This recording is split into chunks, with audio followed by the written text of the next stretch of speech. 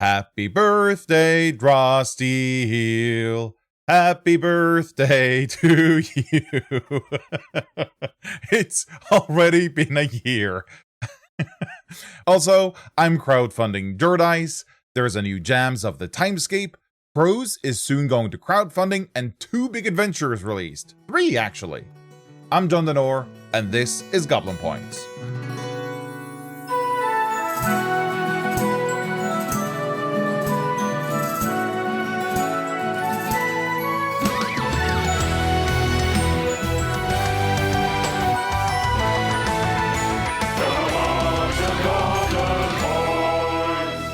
This is exciting for me. I'm going to launch a crowdfunder in August, and I know you'll like this one because it features physical products.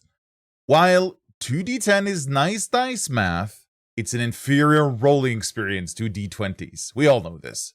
That's why you need Djordice, 20-sided d10s. d20s, but numbered 1 through 10 twice. The dice set I'm crowdfunding is for people playing games using the power roll. It features 2 Djordice and 2 d6s.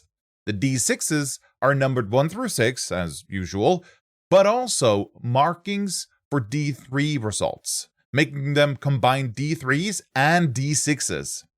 You also get a nice cotton bag to keep the dice in. I'm calling the set Lunar Umbra.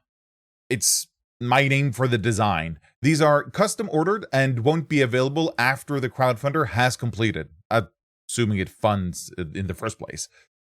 Use the link in the episode description to visit the pre-launch page where you can sign up to get notified when the campaign goes live.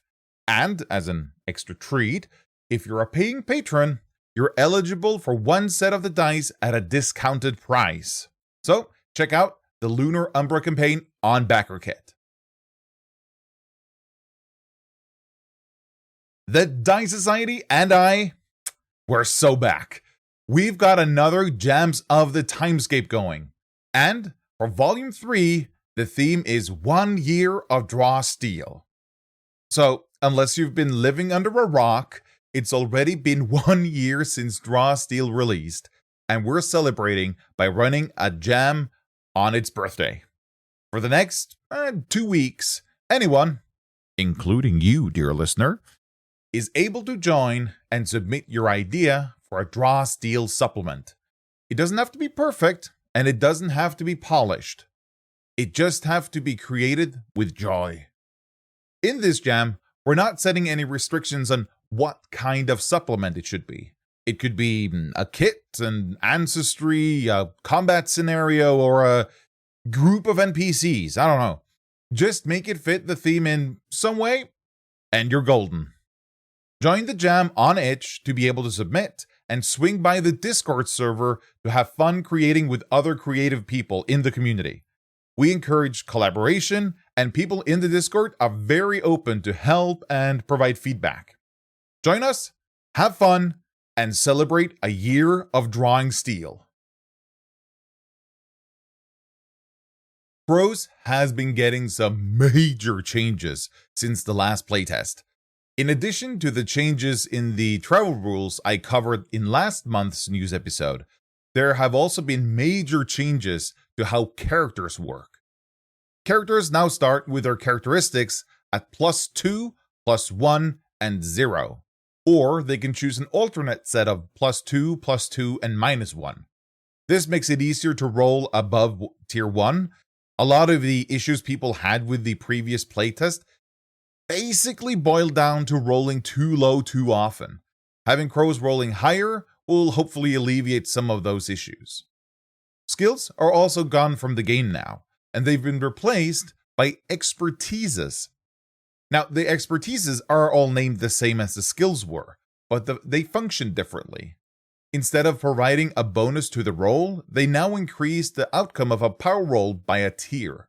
So when a crow starts out, each expertise has only 1 use, but as they gain XP, they can upgrade them to have multiple uses. A crow regains all their expertise uses after taking a rest, while not resting in the miasma. The bone condition has also been removed, And instead, Crows now uses edges and banes, the same way Draw Steel does. Single edges and banes grant plus and -2 to the roll, respectively, while double edges and double banes increase or decrease a tier, respectively. Oh, and a Crow's belt can now hold 4 items instead of 2. This is mainly to make archer builds more fair, as the quiver consumes one of the slots. There's also less likelihood of hitting allies while shooting into a melee now. When rolling a tier 1 for a ranged attack, instead of automatically hitting an adjacent creature, there's a roll to determine whether anyone else is hit. And speaking of bad outcomes, instead of the ref keeping a chaos count, that's been replaced with a die roll now. Whenever a spell is cast and a player rolls a tier 1 result, the ref rolls a die to determine whether a backlash happens. James also talked about a new institution you can build in your town. The Beacon. It clears adjacent hexes of the miasma, making it easier to travel near your town. The Beacon's a tower with a flame on top, and by paying the keeper, you can walk into the flame and be instantly transported to a hex cleared of the miasma by the Beacon. Crows is a dungeon crawler TTRPG with some overland travel, and the Crowdfunder is planned for the latter half of August. Oh, and the biggest pledge, the complete edition with all the stuff in the Crowdfunder, is called the Goat Edition. The Condemned adventure released in July. This is the 3rd adventure from the Crowdfunder to release. The adventure is a bit different from your normal affair. Instead of having an adventure in your current campaign, the Condemned is meant to be played as a separate, isolated adventure. You play as people sentenced to death, but at the last moment, you get an opportunity to save your life by going on an extremely dangerous mission to the Chrysopolis, Ajax's flying city. The danger of dying is high, and you're considered exposable. You are encouraged to use one of the many pregens included in the adventure, and while they do include instructions on how to create your own Condemned to match the others, I really like the ones included. They're built with interesting options, and they have a bit of backstory, making them interesting to play. You can pick up the Condemned for $24.99 on the MCDM shop. The Codex team launched the in-game shop in July. Currently, there are 5 dice cosmetics up for sale. Sunmetal dice, See Between Stars dice, Soul Killer dice, Terran Steel dice, and Blood Metal dice.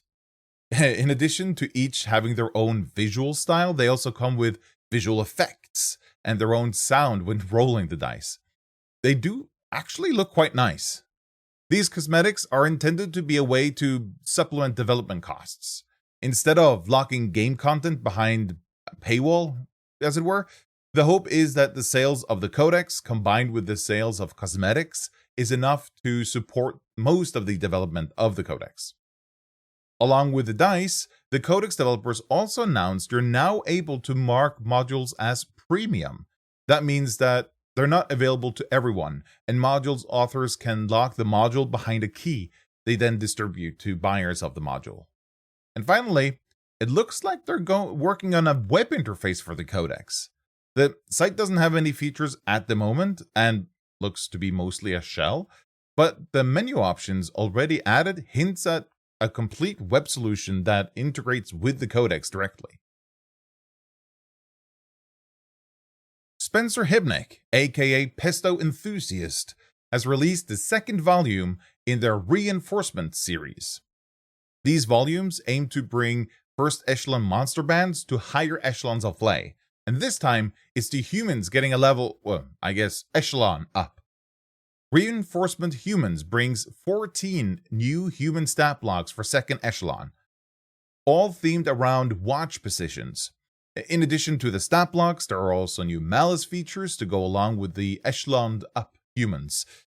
And, as maybe a first, it also comes with instructions on how to add the monster band to your stall account. Nice. You can pick up Reinforcements Humans on itch for $5. Speep released the Twofold Class. This is a class where two players at the table decide not only to play the same class, but their abilities constantly ping off each other, making them work more closely together.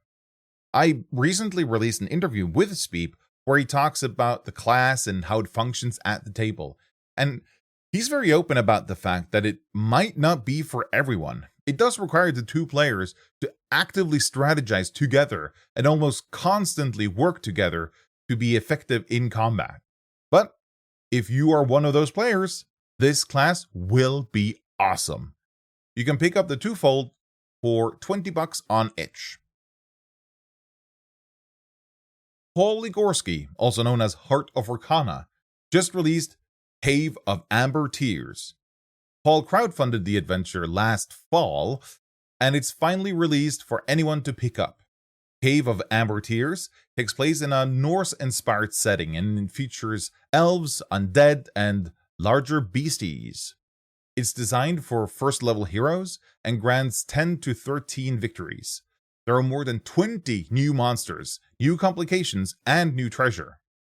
The adventure also features a beautifully unique layout and really wonderful artwork that's both distinct and feels very fitting to the Norse setting.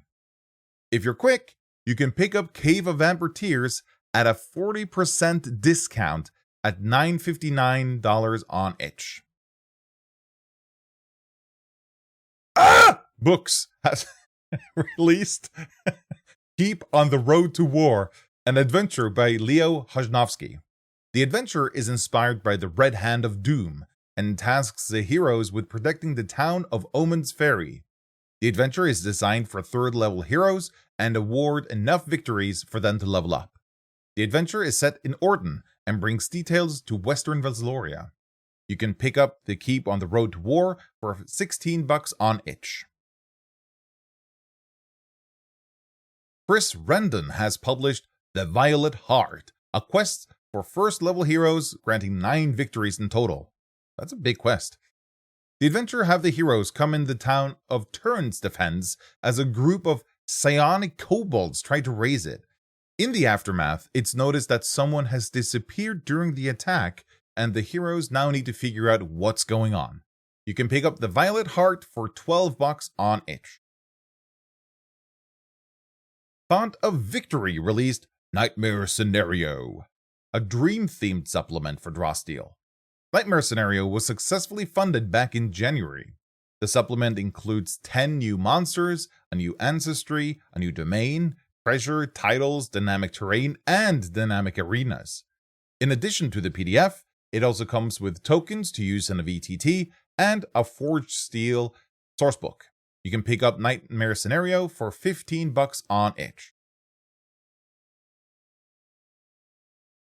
Fernando Miguel Right Hunter Lafranco has released Speak Carefully, a toolkit for making negotiations and social encounters more interesting.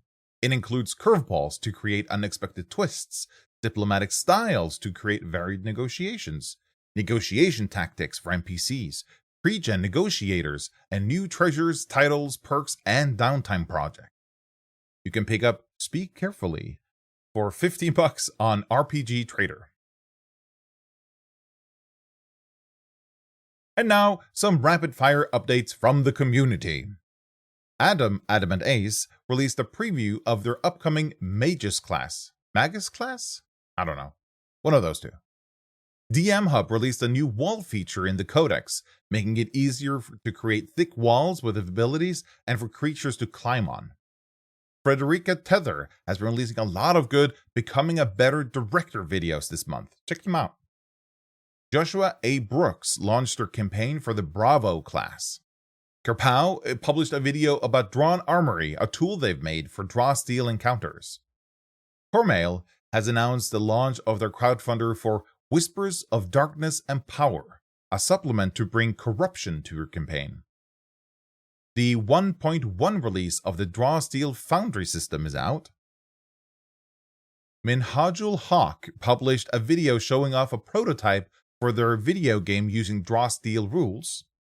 Nameless Youngie has released updated ability cards, which are a nice way to organize your abilities if you play in person. Power Word Spill published a video showing off features from the Codex that he likes as a sponsored video for MCDM. Rise Heroes Rise is releasing their playthrough of The Condemned. Rogue Sigyn released a map pack with accompanying encounters designed by Richard Fisher. Saigai MJM announced that they're bringing their video game Iron Rot to Steam Early Access, another game using draw steel rules for combat. Seamus released Rings Initiative, an add-on for Alba Rodeo to make it easier to run combats with combatant groups. Shadowhand Gaming released their Scorched supplement of fire-loving hell worshippers. And Tabletop Nonsenseverse announced the pre-orders for their upcoming Director's Guide to Nomas and Riam's Tears setting guide. And now, a blast from the past as I dive back into old notes and scripts to see what was covered on Goblin Points in years past. Way back in 2024, July brought a highly anticipated update and announcement. The name of the game! The MCDM RPG officially got the name Draw Steel. Another big update was that movement became its own thing you could do on your turn. Up until then, you had to spend your maneuver to move, like you do in Crows now. Also, because the rules were in constant flux, the Codex team worked on supporting features, and July 2024 is the first time they showed off the elevation tools featuring the 2.5D effects. So, happy birthday to Draw Steel, and join Gems of the Timescape Volume 3, 1 year of Draw Steel. The Dice Society even made a cake. I'm also really looking forward to the new Crows playtest and Crowdfunder. It's going to be fun. If you want to be featured on Goblin Points or know of someone else who should be, leave a comment on YouTube or Spotify or send me an email on tips@goblinpoints.com. Links to everything, including this script, can be found in the show notes and on goblinpoints.com. You can support my work by becoming a patron member. Paying members get to submit questions to my upcoming guests here on Goblin Points. You also get access to premium features on Stall. Stall is a digital toolset for playing and running Draw Steel. Digital hero sheets, encounter builder, monster lookup, the complete rules texts, and more, such as the Stall Supplement Index, a comprehensive list of supplements being published for Draw Steel in one convenient place. Visit stall.app. STAWL.app. You can see me and some friends on the 11th on Goblin Panel, the monthly stream where we talk about Draw Steel and Crows, and have a look at what's been published for the games in the past month. Next episode of Goblin Points is on the 15th. That's going to be the interview with Paul Hughes, the person in charge of Draw Steel at MCDM. Now, don't forget to use the link in the episode description to sign up for the Lunar Umbra crowdfunder launch. See you next time. Snackis.